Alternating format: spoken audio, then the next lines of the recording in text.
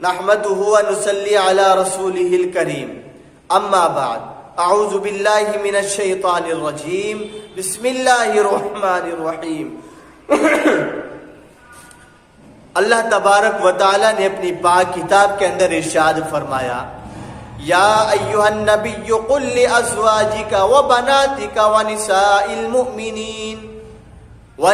المؤمنین یدنین علیہن من جلابیبہن صدق اللہ العظیم۔ محترم بزرگوں، دوستو، اس آیت شریفہ کے اندر، اس آیت کریمہ کے اندر، اس بابرکت آیت کے اندر اللہ تبارک و تعالیٰ نے کیا حکم نازل فرمایا، کیا بات بتائی، کس چیز کا ذکر فرمایا؟ اللہ تعالیٰ اس آیت کے ذریعے امت کی عورتوں کے لیے، ایمان والی عورتوں کے لیے کیا سمجھانا چاہتے ہیں، کیا بتانا چاہتے ہیں؟ تو اسی کے تعلق سے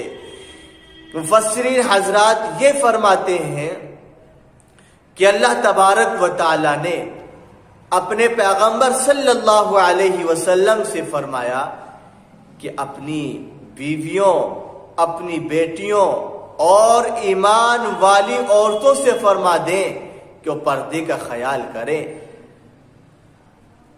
بے پردہ نہ رہیں، پردے کا خاص خیال کریں، مکمل پردے کے ساتھ رہیں۔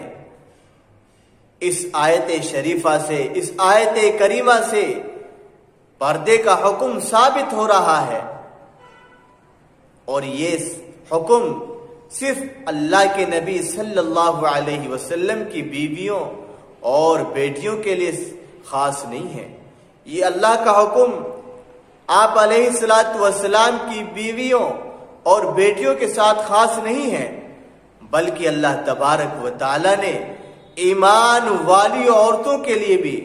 اس کا حکم فرمایا ہے کہ وہ پردے کے ساتھ رہیں۔ اللہ کے نبی صلی اللہ علیہ وسلم سے فرمایا کہ ان سے کہہ دیں، فرما دیں